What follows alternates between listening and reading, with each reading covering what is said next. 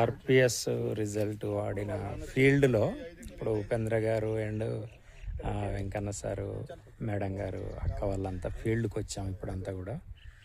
ఇక్కడ ఈ ఫీల్డ్ చూసిన తర్వాత మొట్టమొదటి ఫీల్డ్ అనుకుంటా అక్కది. అక్క ఈరోజే ఫస్ట్ అక్క ఫీల్డ్కి రావటం ఇన్ని సంవత్సరాల కాలంలో అంతేనాక?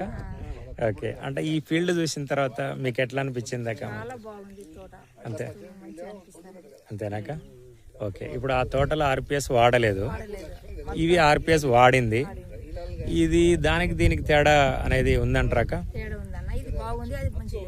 అంతేనా? మరి వెంకన్న సార్ మహిబాద్ జిల్లా మొత్తం తిప్పుదాం అక్క? తిప్పుదాం.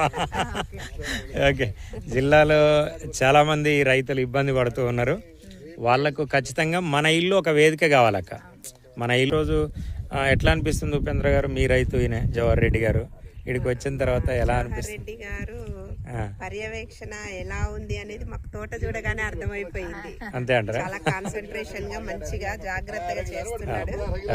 మిగతా ఇప్పటి వరకు ఉన్న తోటలన్నీ కూడా భూమిని పట్టుకునే ఉన్నాయి, పచ్చదనం అనేది లేదు. చాలా వరకు ఆకు రాలేయడము, పల్చగా ఉండడం జరుగుతుంది. కానీ ఇప్పుడు మంచి నిండుగా తోట ఇగురు అంతా కూడా పర్ఫెక్ట్ గా ఉంది. చాలా బాగా కాపాడుకుంటూ వచ్చారు.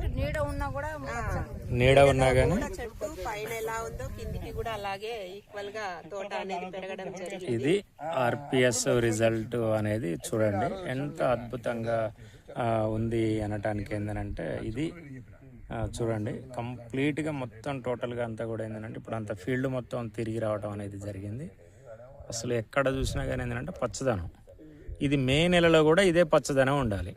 మే నెలలో కూడా మళ్ళీ ఇదే పచ్చదనం రావాలి. గ్రోత్ ఇదంతా కూడా చూడండి ఎంత మంచి గ్రోత్ అనేది చిన్న చిట్టాకుతోటి రావటం అనేది జరుగుతుంది.